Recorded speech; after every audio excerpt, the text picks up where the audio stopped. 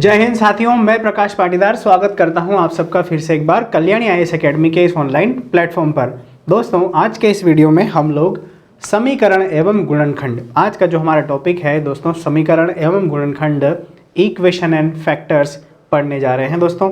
ठीक है, तो अब समीकरण एवं गुणनखंड हमारा टॉपिक है और समीकरण और गुणनखंड की अगर बात की जाए दोस्तों समीकरण की, तो समीकरण थोड़ा वाज टॉपिक है, बड़ा टॉपिक है, क्योंकि इसमें समीकरण के अलग अलग टाइप होते हैं। ठीक है, तो क्या होगा, मेन कुछ जनरल चीज़ें हम सीखेंगे, हम देखेंगे। हम एक समीकरण देखेंगे, समीकरण निकाय देखेंगे, उस समीकरण निकाय को हल करेंगे और उसमें दिए गए चर राशियों को हम क्या करेंगे दोस्तों, ज्ञात करेंगे। अब समीकरण क्या होता है, चर क्या होता है, ये सारी चीज़ें हम देखते हैं। शुरू करते हैं दोस्तों समीकरण, सबसे पहले हमारा टॉपिक। इस पूरे वीडियो में हम लोग केवल समीकरण के बारे में जानकारी लेंगे, ठीक है, उन्हें हल करना सीखेंगे। गुणनखंड के लिए नेक्स्ट वीडियो, अलग से वीडियो बनाया जाएगा सेपरेट। ठीक है दोस्तों, टॉपिक नंबर 3 है हमारा, जिसके अंदर हमें पढ़ना है इक्वेशन एंड फैक्टर्स, समीकरण। ठीक है दोस्तों, सबसे पहली और इम्पॉर्टेंट चीज़ ये होती है कि समीकरण कहते किसको हैं। हल तो हमें करना आता है, लेकिन अगर डेफिनेशन की बात की जाए तो समीकरण किसे कहा जाएगा। दोस्तों देखिए, सबसे सिंपल अगर मैं लिखूं x + 3 = 9, तो ये एक क्या हो जाएगा दोस्तों, ये सबसे सिंपल फॉर्म हो जाएगा समीकरण का।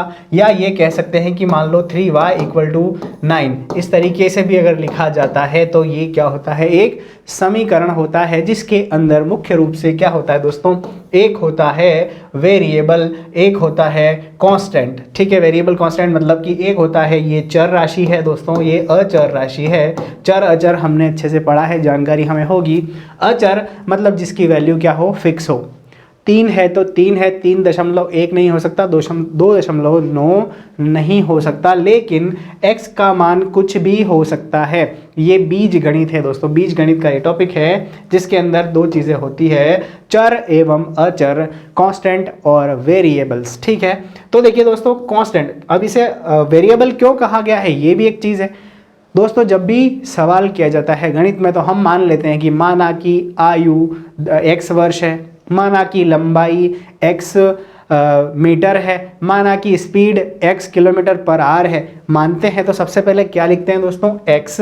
तो ये x जो है ये चर है, इसकी वैल्यू कुछ भी हो सकती है, फिक्स नहीं है। तो एक चर से या दो चर से मोर देन 2 वेरिएबल्स भी हम यूज कर सकते हैं। कब, जब हम बनाते हैं दोस्तों, जब हम बनाते हैं कोई इक्वेशन, जब हम कोई इक्वेशन लिखते हैं तो ज़रूरी नहीं है कि एक ही वेरिएबल लिखा जाए, 2 वेरिएबल भी लिख सकते हैं, 2 अचर भी लिख सकते हैं। अचर वेरिएबल मतलब कि चर है ना, x या y या z भी लिया जा सकता है। तो ये चर राशियां हो गई, ये हो गए वेरिएबल्स। इसके अंदर हमने कांस्टेंट से मल्टीप्लाई, और इसके अंदर हम क्या करते हैं दोस्तों, कुछ ऑपरेशन करते हैं, जैसे कि प्लस कर सकते हैं, माइनस कर सकते हैं। तो इससे मिलकर क्या बनता है दोस्तों, एक समीकरण बनता है। मुख्य रूप से जो चीज़ हमें ध्यान रखनी है वो ये बराबर है दोस्तों, समता। डेफिनेशन में क्या लिखा हुआ, यदि बीजी व्यंजकों के बीच समता, बीजी व्यंजक बता दिए मैंने आपको, XYZ, समता या बराबर का चिन्ह हो तो उसे हम समीकरण कहते हैं। ये समीकरण है, these are the examples of equation. अज्ञात राशि का वह मान दोस्तों, जैसे कि सपोज कीजिए 3x = अगर 9 लिखा है और इसे मैं एक समीकरण कह रहा हूं, तो x का वह मान जिसके लिए ये दोनों तरफ बराबर हो जाएगा, इस समीकरण को संतुष्ट करेगा, उसे हम क्या कहेंगे दोस्तों, हम उसको समीकरण का हल कहेंगे या मूल कह सकते हैं दोस्तों। आगे जब हम देखेंगे तो मूल भी आएंगे, मूल अपन इसको कह सकते हैं। कुल मिला के जो x का मान आएगा, जो x की वैल्यू आएगी, वो क्या होगा, समीकरण का हल या फिर समीकरण के लिए वो मूल होगा, मूल है ना। सपोज करो यहाँ पर अगर मान की बात की जाए तो वो होगा 3, मतलब x का मान कितना निकलेगा यहाँ से 3, जो कि इस समीकरण को करेगा दोस्तों, संतुष्ट करेगा। तो इसे हम कहेंगे मूल या फिर हल, सबसे इंपॉर्टेंट। ठीक है दोस्तों, तो ये कुछ समीकरण के बारे में जानकारियाँ थी। ठीक है, समीकरण की परिभाषा तो हालांकि नहीं पूछी जाएगी, लेकिन हमें ध्यान रखना है। अब बात करते हैं दोस्तों समीकरण के प्रकार की। ठीक है, समीकरण के प्रकार कितने हो सकते हैं। सबसे पहले देखिए, सबसे पहले तो एक घातीय समीकरण। एक घाती को रेखीय समीकरण कहा जाता है दोस्तों, रेखीय समीकरण। अब जैसे एक घात का समीकरण ले रहे हैं दोस्तों, कोई दिक्कत नहीं है, लेकिन जैसे मान लिया 3x इक्वल 9, ये भी एक समीकरण होगा, और 3x प्लस 6y इक्वल 9, ये भी एक समीकरण होगा, जो कि एक घात का समीकरण है। मतलब कहने का कि जो आपने चर राशि ली है उसकी मैक्सिमम घात, उसकी पावर आपने एक ही ली है, मतलब ये एक घातीय समीकरण है, और इसे हम रेखीय समीकरण कहते हैं। क्यों कहते हैं? क्योंकि ये एक रेखा को रिप्रेजेंट करता है, ये एक लाइन को बनाता है दोस्तों। ये क्या बनाता है? एक लाइन को बनाते हैं। जब इस समीकरण से मैं एक ग्राफ बनाऊंगा तो ये एक लाइन बताएगा। कौन बताएगा? ये भी और ये भी दोस्तों, ये भी एक लाइन ही बताएगा। तो डिफरेंस क्या है? ये एक चर राशि वाला एक रेखीय समीकरण है, और इसमें दो चर राशि वाला ये एक रेखीय समीकरण है। हम पढ़ रहे हैं दोस्तों टाइप, समीकरण के प्रकार हम पढ़ रहे हैं, जिसके अंदर सबसे पहला होगा एक घातीय समीकरण। ठीक है दोस्तों, समझ में आ गई बात आपको? एक घातीय। अब बात करते हैं द्विघातीय। द्विघातीय समीकरण। द्विघातीय समीकरण से मतलब जिसकी घात क्या हो दोस्तों? 2 हो। मतलब किसकी? चर राशि की घात 2 हो दोस्तों। अगर मान लिया हमने लिखा है 3x square plus 5x equal to 9, अगर मैंने ये लिखा है तो ये एक समीकरण है। लेकिन ये समीकरण कौन सा है दोस्तों? ये द्विघातीय समीकरण है। इसमें घात कितनी है? चर राशि की घात यहाँ पर 2 है। अगर मैं लिखूं 3x square plus 5y square equal 9, अगर मैं इस तरीके से समीकरण लिखता हूं तो ये क्या हो जाएगा? एक द्विघात दो चरीय समीकरण हो जाएगा। ठीक है, एग्जाम्पल की बात अपन कर रहे हैं। देखिए, हम इसे तो नहीं सीखेंगे, सॉल्व नहीं करेंगे, ये हमारा टॉपिक नहीं रहेगा इन जनरल। ये रहेगा दोस्तों 3x square plus 5x equal to 9। इस तरीके का कोई भी समीकरण, द्विघात समीकरण जब हमें दिया होगा तो हमें इसके मूल मतलब x का मान हमें निकालना है। हम ये चीज़ सीखेंगे। ठीक है दोस्तों, ये चीज़ सीखेंगे, और इससे ऊपर वाली चीज़ ये सीखेंगे कि हमें क्या दिया है दोस्तों? हमें दिया गया होगा एक दो चरीय समीकरण, दो चरीय रेखीय समीकरण, और उसका दिया होगा निकाय। दोस्तों क्या दिया होगा?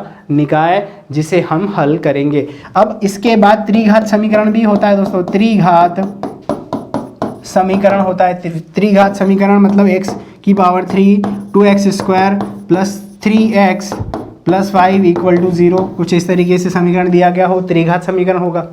ठीक है, घातांक को बढ़ाते जाइए और समीकरण को लिखते जाइए, ये सब चलता रहेगा। लेकिन हमें तो सिर्फ मेन फोकस कहाँ रखना है दोस्तों? एक तो हमें एक घातीय समीकरण या रेखीय समीकरण को हल करना सीखना है, और हमें द्विघात समीकरण को हल करना सीखना है। मेन ये दो ही चीज़ें हैं। ठीक है दोस्तों, अब बढ़ते हैं हम समीकरण को हल करने की विधियाँ, समीकरणों को हल करने की विधियाँ। समीकरणों को हल करने की विधियाँ मतलब कहने का ये है दोस्तों कि जो सबसे पहला हमारा टॉपिक होगा वो होगा, सपोज कीजिए a1x plus b1y plus c1 equal to 0। ये मेरे पास क्या है दोस्तों? एक समीकरण है जिसके अंदर a1 b1 c1 ये सब क्या है? ये अचर हैं। ये सब क्या है? अचर, मतलब 1 2 5 0 कुछ भी इसकी वैल्यू हो सकती है। और a2x plus b2y plus c2 equal to 0। देखो मैं इसको देता हूँ दोस्तों समीकरण 1 और समीकरण 2। 10th में जब हम थे तो हमने ये चीज़ पढ़ी थी दोस्तों। देखिए, अगर हमारे पास क्या हो a1 a2 b1 b2 c1 c2, ये क्या है? ये हैं सारे के सारे अचर, और इस तरीके से हमें दो समीकरण दी हैं तो हम इसे कहेंगे समीकरण निकाय। दोस्तों इसे क्या कहेंगे? समीकरण निकाय कहेंगे। और इस समीकरण निकाय को हम हल करेंगे किसके लिए? फिर उससे क्या होगा? x और y का मान हम क्या करेंगे? यहाँ से निकालेंगे दोस्तों। x और y का मान हम क्या करेंगे? यहाँ से निकालेंगे, ज्ञात करेंगे। तो जो सबसे फर्स्ट एक मेथड होगी विलोपन विधि। विलोपन विधि दोस्तों, विलोपन विधि से हम इसको हल करना सीखेंगे। समीकरण निकाय को विलोपन विधि से हल करेंगे। और दूसरा जो होगा वो होगा वज्र गुणन विधि से हम इसके हल को ज्ञात करेंगे दोस्तों। x और y का मान हम क्या करेंगे? ज्ञात करेंगे, या इनकी बात अपन करेंगे। विलोपन विधि डिटेल में भी मैं समझाने वाला हूँ। वज्र गुणन विधि में आपको बता देता हूँ कि इसमें क्या होता है दोस्तों? तीन चीज़ें होती है।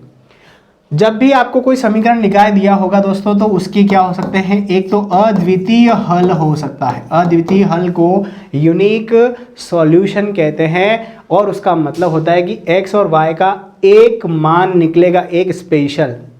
बात समझ में आ रही दोस्तों? क्या होगा, दो समीकरण हमें दिए हैं, दोनों रेखीय समीकरण हैं, उन दोनों को हल करने से x और y का मान आएगा यूनिक। यूनिक का मतलब अद्वितीय होता है, मतलब उसके अलावा और कोई दूसरा नहीं है, वही हल होगा। ठीक है, तो उसे अद्वितीय हल कहा जाएगा, पहली। दूसरी चीज अगर बात की जाए तो कोई हल नहीं हो, ऐसा भी हो सकता है, कोई हल नहीं हो, समीकरण निकाय का कोई हल नहीं हो, ऐसी सिचुएशन भी आ सकती है। और दोस्तों अनंततः अनेक हल हों, ऐसी स्थिति भी हो सकती है, ऐसी स्थिति भी हो सकती है। तीन जो हैं दोस्तों पॉसिबिलिटीज हैं, ये कब कब होंगी दोस्तों? देखिए हमने क्या किया, हमने दो समीकरण निकाय देखे, जिसमें a1 a2 b1 b2 c1 c2 का मान हमने पता किया। हमें पता चला कि a1 अपॉन a2 जो है वो b1 और b2 के इक्वल नहीं है। मतलब कंपेयर करेंगे दोस्तों, किसको? जो हमारे पास यहाँ पर कांस्टेंट हैं, जो हमारे पास अचर राशियाँ हैं, उनको उनकी तुलना करेंगे, और तुलना करने पर ये रिजल्ट अगर मिलता है तो उसका मतलब ये है अद्वितीय हल को रिप्रेजेंट करता है। मतलब यहाँ से x और y का मान निकल कर आएगा। ठीक है दोस्तों, समझ में आ गया बात आपको? देखिए अब अगर a1 अपॉन a2 इक्वल हो b1 अपॉन b2 के, लेकिन c1 c2 के इक्वल ना हो दोस्तों, तो क्या होगा, समीकरण निकाय का कोई हल नहीं होगा दोस्तों।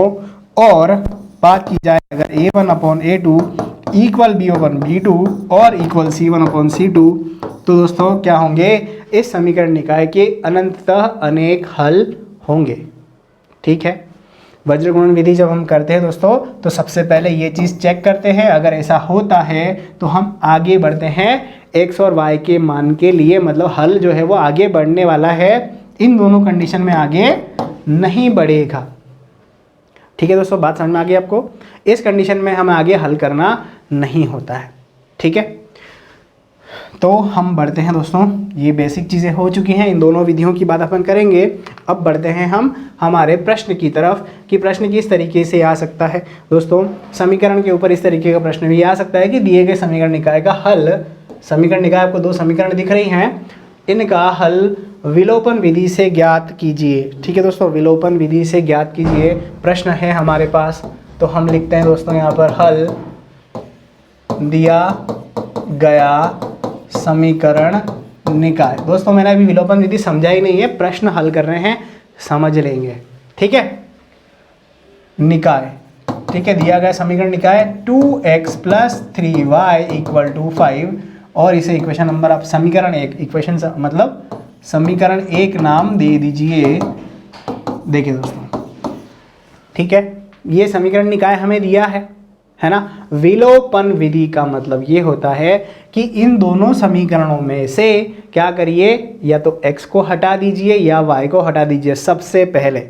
तो उससे क्या हो जाएगा, जिसको हटाओगे और जिसके बाद जो बचेगा उसका मान आप निकाल लेंगे, और उसी की सहायता से दूसरे चर का मान आप निकाल सकते हैं। अभी मैंने ओरली बताया है, अब मैं आपको करके बता रहा हूँ। देखिए दोस्तों क्या होता है, यहाँ पर 3 आपको दिख रहा है, यहाँ पर आपको 2 दिख रहा है ना। मतलब यहाँ क्या है, ये जो इसके गुणांक हैं, x के गुणांक जो हैं दोस्तों वो समान नहीं है, असमान है, इनको एक जैसा बनाना है। तो मैं क्या करूँगा दोस्तों, समीकरण एक में देखिए, ये जो समीकरण एक है दोस्तों, इसमें 3 से है ना, इसमें 2 पक्ष है दोस्तों, ध्यान रखेंगे दोनों पक्षों में, ऐसा भी लिखते हैं।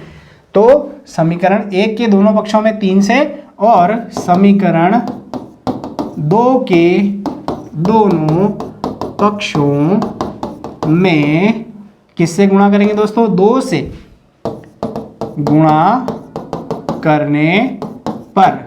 गुणा क्यों किया दोस्तों, गुणा करने के बाद ही हम क्या कर सकते हैं, बराबर बना सकते हैं। गुणांक को बराबर बनाना है तो सिर्फ गुणा ही कर सकते हैं। कहने का मतलब ये है कि 3 का गुणा करना है दोस्तों, 3 लिखूंगा और लिखूंगा 2x प्लस 3y और बराबर 5 भी लिखूंगा, पूरी इक्वेशन में होगा दोस्तों। ऐसा नहीं कि सिर्फ इस 2 में कर सकता हूँ, ऐसा नहीं कि सिर्फ इस 3 में कर सकता हूँ, सारे में, इसमें सब में गुणा करना है तो गुणा सब में करना पड़ेगा, भाग करना है तो सब में भाग करना पड़ेगा। कोई चीज़ प्लस करनी है दोनों पक्षों में करनी पड़ेगी, और कोई चीज़ भाग करनी है या घटानी है, माइनस करनी है, दोनों पक्षों में से माइनस करना होगी। ठीक है दोस्तों, देखिए ये तो मैंने पहले चीज़ लिख दी। अब दूसरी चीज़ थी हमारे पास 3x + 2y = 5। ठीक है, ये इक्वेशंस थी हमारे पास। हम क्या करते हैं दोस्तों, इसको लिखते हैं 6x + 3 3 9y और ये 15 गुणा करना है दोस्तों, 3 का इसमें और लास्ट में, है ना इसमें फिर इसमें और लास्ट में, तो ये हो जाएगा 6x और यहाँ से हो जाएगा 4y = 10। ठीक है दोस्तों, अब मुझे यहाँ घटाना है, इसको घटाना है, मतलब नीचे वाला इक्वेशन में माइनस से गुणा करना है, घटाने पर, है ना। यहाँ पीछे लिखेंगे अपन घटाने पर, है ना। अब दोस्तों घटाइए ज़रा, देखिए ये 6x प्लस का और 6x माइनस का तो कट जाएगा, और ये 9y में से 4y को मैं माइनस करूँगा। ऊपर वाला प्लस का है, नीचे वाला माइनस का है दोस्तों, तो मेरे पास बचेगा 5y, और बराबर यहाँ माइनस करने पर मेरे पास आ जाएगा 5, मतलब y = 5/5 कटने पर आ जाएगा मेरे पास 1। दोस्तों ये है विलोपन विधि, अभी आदि हुई है। क्या करो, दो जो समीकरण आपको दिए हैं उसमें से या तो x को हटा लीजिए या y को हटा लीजिए, है ना। गुणांक बराबर करके माइनस करोगे, घटाओगे तो एक हट जाएगा, एक का मान आ जाएगा। अब ये जो y का ये मान आया है दोस्तों, इसे किसी भी समीकरण में आपको रखना है ना। y का मान समीकरण 1 में रखने पर, है ना दोस्तों। देखिए समीकरण 1 मेरे पास थी 2x + 3, y की जगह मैं रखूँगा 1 = 5। देखिए 2x = 5, इस 3 को मैं उधर भेज दूंगा तो मेरे पास बचेगा 2। दोस्तों देखिए यहाँ पर आ जाएगा x = 2/2, मतलब कटने से हमें मिल जाएगा 1। कुल मिला के कहने का ये है कि x और y का मान क्या आया है यहाँ पर दोस्तों, 1 ही निकल के आया है, 1, है ना, 1। इस तरीके से ये है दोस्तों विलोपन विधि। उम्मीद है विलोपन विधि आपको समझ आ गई होगी। ठीक है दोस्तों, एक प्रश्न और सिमिलर लेते हैं ताकि आपको कोई डाउट न रहे। ठीक है दोस्तों, बहुत आसान है, आप ये मैं समझिएगा कि बहुत आसान क्वेश्चन है। प्रैक्टिस के तौर पे हम कर रहे हैं क्योंकि इस बार न्यू फॉर्म है एग्जामिनेशन का, पता नहीं प्रश्न कौन सा आ जाए, इसलिए हमें इसको करना पड़ रहा है। तो ध्यान रखना है दोस्तों, हमें लिखना है दिया गया समीकरण निकाय, है ना दोस्तों, है 3x + 5y = 7। एक इक्वेशन नंबर 1 है, यहाँ पर लिखेंगे 5x + 3y = 2, ये इक्वेशन नंबर 2 है, समीकरण नंबर 2। क्या करना है विलोपन विधि में दोस्तों, गुणांक को एक जैसा बनाना है ना। तो मतलब इस 5 का गुणा इसमें कर दीजिए और इस 3 का गुणा इस समीकरण में कर दीजिए। समीकरण 1 में 5 से तथा समीकरण 2 में 3 से गुणा करने पर, 3 से गुणा करने पर दोस्तों देखो हमें यहाँ लिखना है 3x + 5y = 7, पूरा समीकरण लिख दीजिए। ठीक है, आगे बढ़ते हैं तो 3 × 5x + 3y = 2।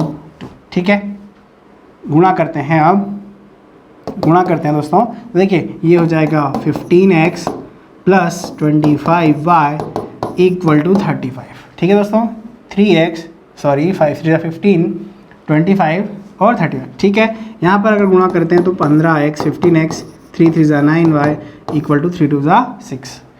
ठीक है दोस्तों, समझ में आ गया होगा आपको, गुणा करा है और लिख दिया। अब हम करते हैं घटाने पर, लिखते हैं, यहाँ लिखते हैं घटाने पर। ठीक है, घटाने पर लिखा। तो देखिए दोस्तों यहाँ पर मेरे पास कितना बचेगा, 25 में से 9 को माइनस करने से मेरे पास आएगा हाउ मच, दिस इज़ 26। ठीक है, यहाँ पर आ जाएगा 26 और यहाँ पर दोस्तों हमारे पास आ जाएगा, यहाँ पर आएगा मेरे पास 29, है ना। अरे क्या कर रहा हूँ, यहाँ पर आएगा माइनस करने से 19। ठीक है, अरे क्या हो रहा है ये, दिस इज 16। ठीक है दोस्तों, 16y इक्वल टू 29 है ना, 16y इक्वल टू 29 आया है यहाँ पर, तो y की वैल्यू हो जाएगी 29/16, 29/16। देखिए थोड़ा इसमें क्या हो रहा है कैलकुलेशन में, मतलब कहीं ना कहीं नंबर में ऊपर नीचे हो सकता है, इसलिए एग्जैक्ट कट कर मान नहीं आ रहा है, बाकी समीकरण ऐसा ही आएगा जिससे कि क्या हो आपको कहीं ना कहीं एग्जैक्ट वैल्यू मिल जाए। दोस्तों यहाँ पर हमारे पास y की वैल्यू जो है वो आई है 29/16 है ना। समीकरण एक में एक से लिखता हूँ दोस्तों, यहाँ पर एक से लिखता हूँ मैं इसको। देखिए 3x इक्वल अगर मैं लिखूँगा तो मैं लिख पाऊँगा ये क्या, ठीक है दोस्तों, 3x प्लस 5y था, उसको मैं समीकरण के उधर भेज देता हूँ, और x की बात अगर करें दोस्तों हो जाएगा 7, और यहाँ पर क्या करेंगे दोस्तों 29 हम रख देंगे 16 और डिवाइड कर देंगे, होल डिवाइड 1/3 कर देंगे, तो x का मान जो होगा दोस्तों वो आ जाएगा 1/3। देखिए यहाँ पर गुणा करना है 16 का 85, 16 80 होता है 6 है ना, और यहाँ पर हो जाएगा 9/45, 5 10 14 14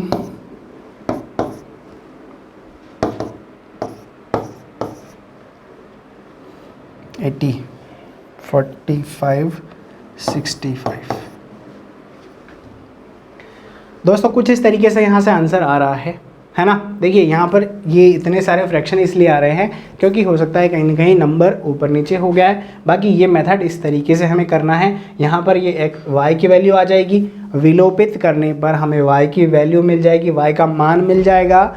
इसी मान को हमें किसी भी एक समीकरण में, एक में रख दीजिए या दो में रख दीजिए, दोनों में से एक में रखने हैं और हल करने से x का मान हमें मिल जाएगा और यही हमारा होगा आंसर। ठीक है दोस्तों, यही हमारा आंसर होगा। उम्मीद है प्रश्न आपको समझ में आ गया होगा। कुछ और प्रश्नों की आप इस प्रैक्टिस कीजिए, है ना, सेम प्रश्नों की। दोस्तों देखिए अब प्रश्न नंबर 3 इस तरीके से कैसे भी प्रश्न पूछा जा सकता है। विलोपन विधि से हल कीजिए या समीकरण निकाय को अपने हिसाब से हल कीजिए, किसी भी विधि से, तो भी आप विलोपन विधि का ही प्रयोग करेंगे। हम लिखते हैं दोस्तों यहाँ पर हल। दोस्तों वज्र गुणन विधि हम यहाँ पर लगाने वाले हैं दोस्तों। अद्वितीय हल होगा, है ना, अद्वितीय हल होगा, अनंत हल होंगे या कोई हल नहीं होगा, और के का मान बताइए। तो दोस्तों अभी मैंने जो सबसे पहले बताई थी 3 कंडीशंस, उन कंडीशंस को ध्यान रखना है, उन कंडीशंस को यहाँ अप्लाई करना है दोस्तों। ठीक है, सबसे पहले तो लिखेंगे दिया गया समीकरण निकाय, है ना, क्या है दोस्तों 2x माइनस ky प्लस 3 = 0, है ना, ये इक्वेशन नंबर 1 हो गई। और 5x प्लस 3y माइनस 1 = 0, ये हो गई इक्वेशन नंबर 2। अब इसकी तुलना दिए गए समीकरण निकाय की तुलना किससे करते हैं दोस्तों, a1x plus b1y plus c1 = 0 और a2x plus b2y plus c2 = 0 से करने पर, है ना। देखिए दोस्तों ये मानक है, स्टैंडर्ड है ये, है ना। तो इससे तुलना में करूँगा तो यहाँ पर a1 का मान आ जाएगा 2, a2 का मान आ जाएगा 5, ठीक है दोस्तों, b1 का मान आ जाएगा माइनस का k, b2 का मान आ जाएगा 3, c1 का और c2 का मान जो है दोस्तों आएगा 3 और माइनस का 1। ठीक है दोस्तों, क्या करना है, समीकरण निकाय लिखना है, इसकी तुलना करनी है मानक से, a1 a2 b1 b2 c1 c2 का मान निकालना है। और अब चूंकि समीकरण निकाय का क्या है दोस्तों, अद्वितीय हल है ना, अद्वितीय हल होगा।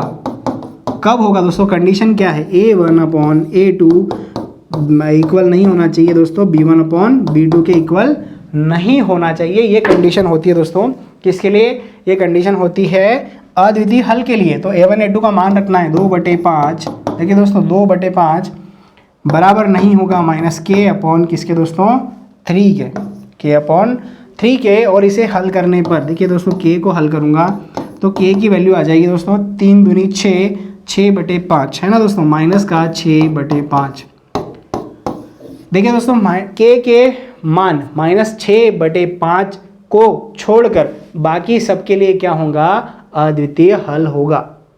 ठीक है दोस्तों, k का मान -6/5 को छोड़कर बाकी सब के लिए समीकरण निकाय का क्या होगा, एक अद्वितीय हल होगा। ठीक है दोस्तों, वज्र गुणन विधि का ये क्या है, स्टार्टअप है, इसी से हम शुरुआत करते हैं। तो ये है सवाल को हल करने का मेथड है। पहला है ना, कंडीशन हमें दी है दोस्तों, हमें इसमें हल कुछ नहीं करना है, विलोपन विधि ध्यान रखना है, और दूसरी ये वज्र गुणन विधि ध्यान रखना है, जिसके अंदर तुलना करके सिर्फ k का मान आपको बताना है। दिए गए समीकरण निकाय 8x plus ky equal minus का 15, 8x माइनस 8y इक्वल 12 है ना दोस्तों, की तुलना a1x plus b1y plus equal c1 लिख सकते हैं दोस्तों, इक्वल c1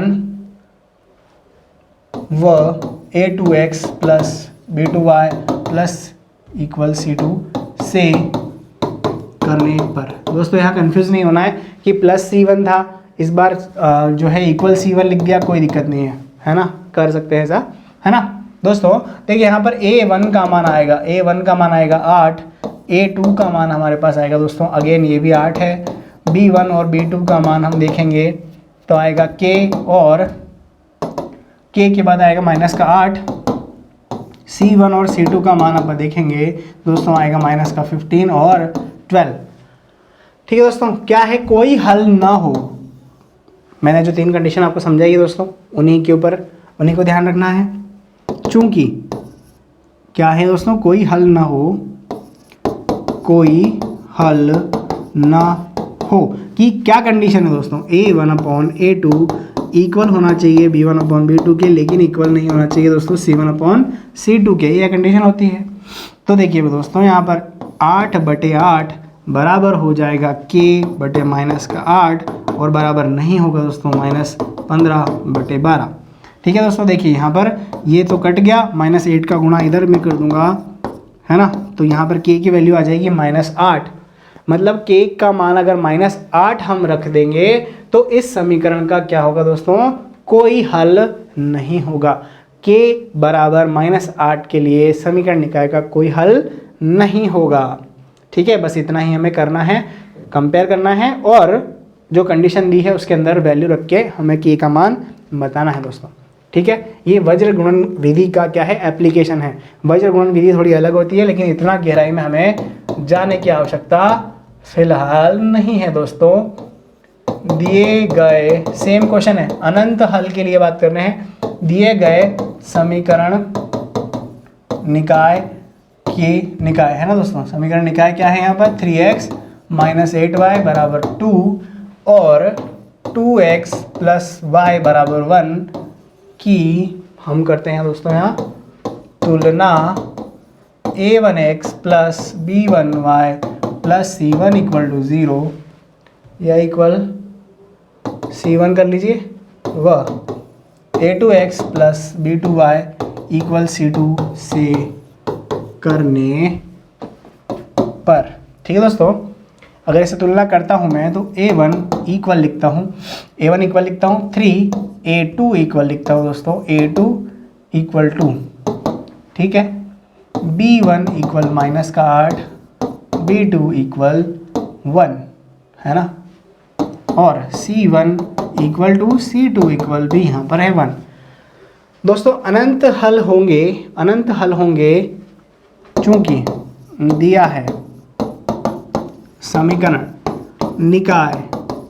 निकाय के अनंत हल होंगे, है ना। हमें दिया है a1, a2, b1, b2, c1, c2 तीनों इक्वल होंगे।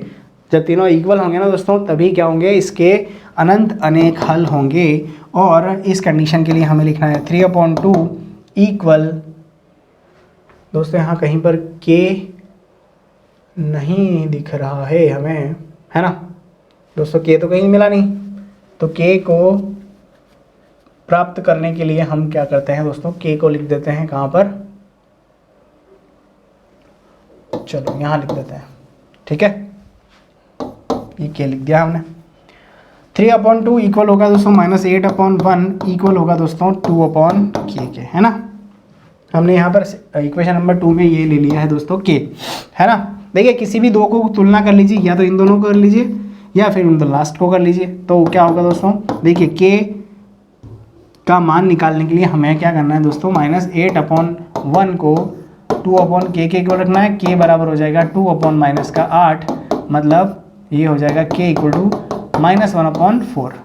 दोस्तों -1/4 एक वैल्यू आएगी, और दूसरी जो वैल्यू होगी दोस्तों वो होगी k इक्वल टू -4/3।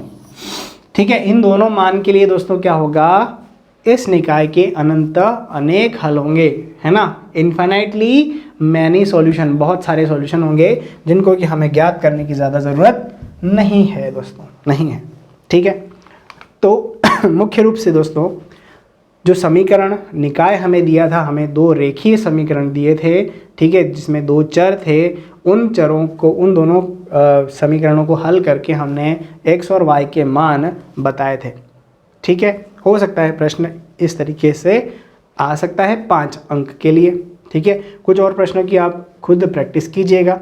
ठीक है दोस्तों, नेक्स्ट वीडियो में हम करेंगे गुणनखंड। ठीक है, ये तो है समीकरण। अगले वीडियो में हम गुणनखंड के बारे में विस्तृत अध्ययन करेंगे। तो मिलते हैं नेक्स्ट वीडियो में। Thanks for watching. बने रहिए कल्याणी IAS अकेडमी के साथ। जय हिंद, वंदे मातरम।